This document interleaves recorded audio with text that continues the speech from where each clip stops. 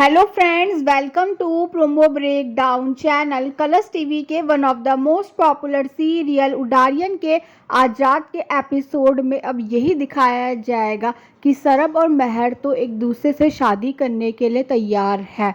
पर अब जो हान्या है वो तो ये बात सुनकर शॉक्ड हो चुकी है और वहाँ से चली जाएगी। और अब जो महर है अब वो तो ये कहती हुई नज़र आती है कि वो ये शादी ज़रूर करेगी, पर उसकी एक शर्त है।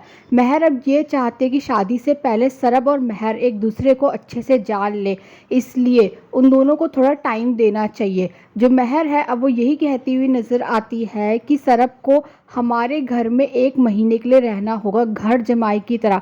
1 महीने अगर हमारे साथ रहेगा तो हमारे तौर तरीके, मेरी लाइफस्टाइल देख लेगा, और अगर इस 1 महीने के बीच कोई प्रॉब्लम नहीं आई तो फिर हमारी शादी करवा देना। और अब जो सरब है अब वो तो इस शर्त के लिए मना कर देगा, पर अब जो सरब की माँ है वो सरब को समझाने वाली और यही कहती हुई नज़र आती है कि शर्त के लिए हाँ बोल दे।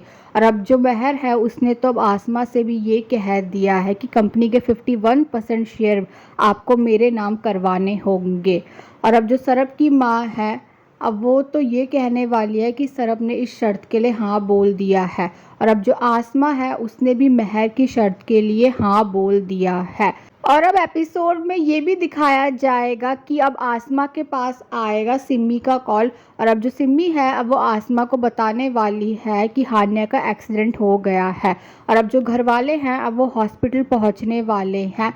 और अब जो सरब की बहन है अब वो हान्या के सामने यही कहती हुई नज़र आती हैं कि जो सरब है वो तो महर को बहुत पसंद करता है। और अब जो हान्या है अब वो सरब से भी बात करने वाली है, और सरब से बात कर कर हान्या ये समझ जाएगी कि जो सरब है वो तो हान्या से प्यार करता ही नहीं है। और अब जो हान्या है उसका तो अब बहुत बुरी तरह से दिल टूट गया है। और अब ये भी देखना इंटरेस्टिंग होगा क्या सच में हो जाएगी सरब और महर की शादी। Thanks for watching.